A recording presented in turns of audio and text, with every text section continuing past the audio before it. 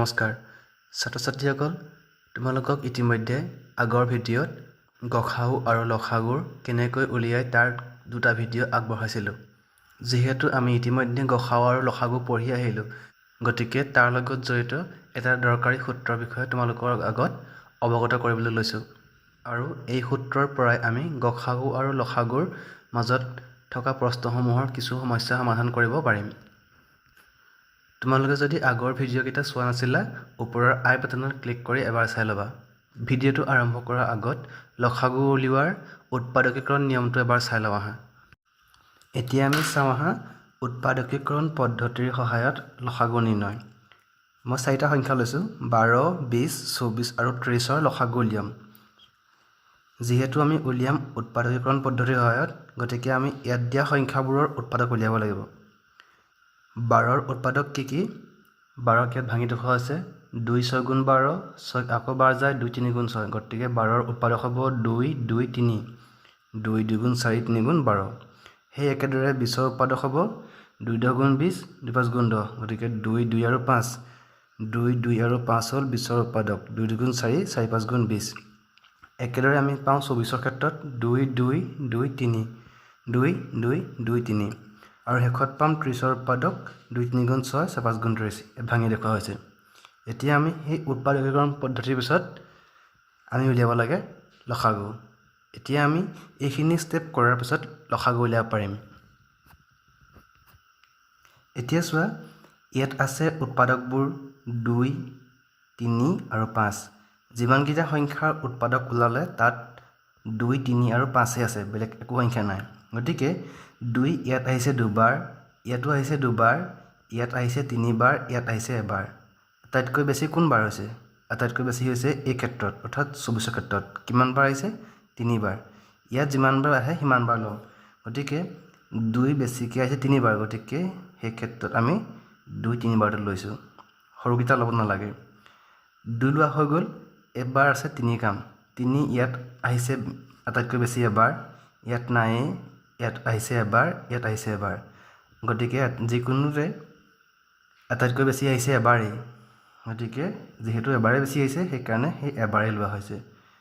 শেষত থাকিলে 5, যিহেতু আমি 2 3 আৰু 5হে পাইছিলোঁ, 5 ইয়াত নায়েই, ইয়াত পাইছোঁ আটাইতকৈ বেছি এবাৰেই আহিছে, ইয়াত নায়েই আৰু আটাইতকৈ বেছি এবাৰ, অৰ্থাৎ যি দুবাৰ পাইছোঁ তাত মাত্ৰ এবাৰে 5টো ৰিপিট হৈছে।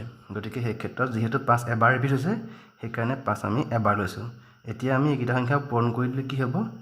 2 2 গুণ 4, 4 2 গুণ 8, 8 3 গুণ 24, আৰু 24ৰ লগত 5 পূৰণ কৰিলে হ'ব 120। গতিকে 12 20 24 আৰু 30ৰ লসাগু হ'ব 120। তোমালোকে চুটিহৰণ পদ্ধতিৰ সহায়তো কৰিলেও তাৰ লসাগু 120ই ওলাব। এতিয়া আমি আলোচনা কৰোঁ আমাৰ মূল সূত্ৰটো,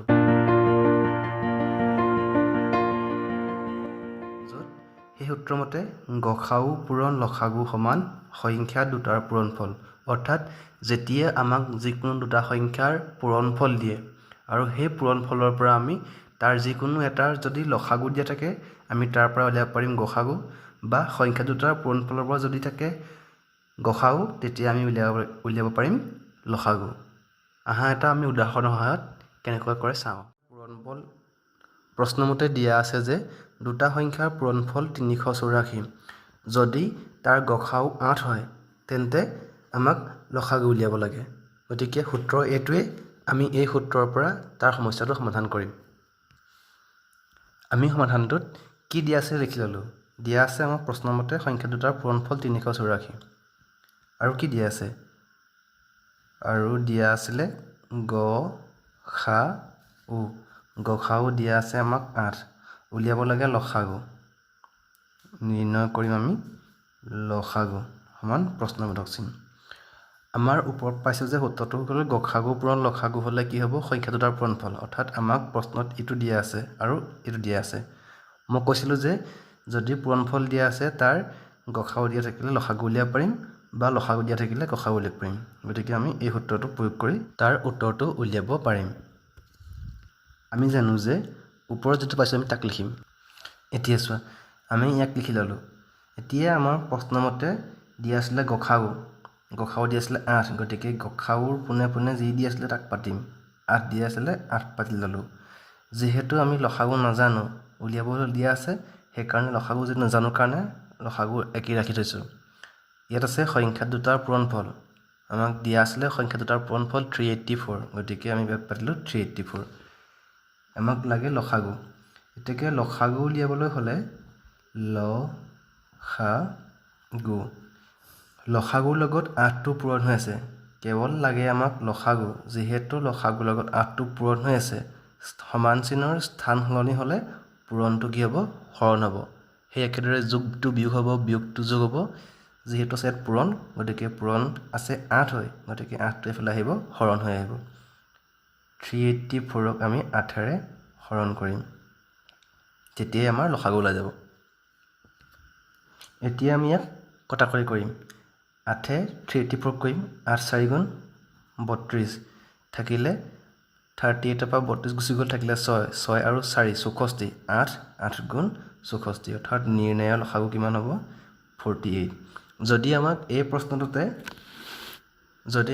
প্ৰশ্নটোতে কি ক'লেহেঁতেন দুটা সংখ্যাৰ পূৰণফল দিয়া আছে এইটোৱে ইয়াত যদি গসাউ নকৈ লসাগু 48 ক'লেহেঁতেন আৰু গসাউ উলিয়াব লাগে তেতিয়া সম্পূৰ্ণ একেই নিয়ম মাত্ৰ আমি গসাউৰ বদলি একেই ৰাখি থম আৰু এই লসাগুৰ বদলি 48 বহাই দিম বাকী নিয়মটো সম্পূৰ্ণ একেই এনেদৰে তোমালোকে যিকোনো সংখ্যাৰ পূৰণফল আৰু গসাউ লসাগু দিয়া থাকিলে তাৰ পৰা আমি প্ৰয়োজনীয় উত্তৰটো উলিয়াব পাৰিম আশা কৰোঁ তোমালোকে ভিডিঅ'টো চাই নিশ্চয় বুজি পাইছা ধন্যবাদ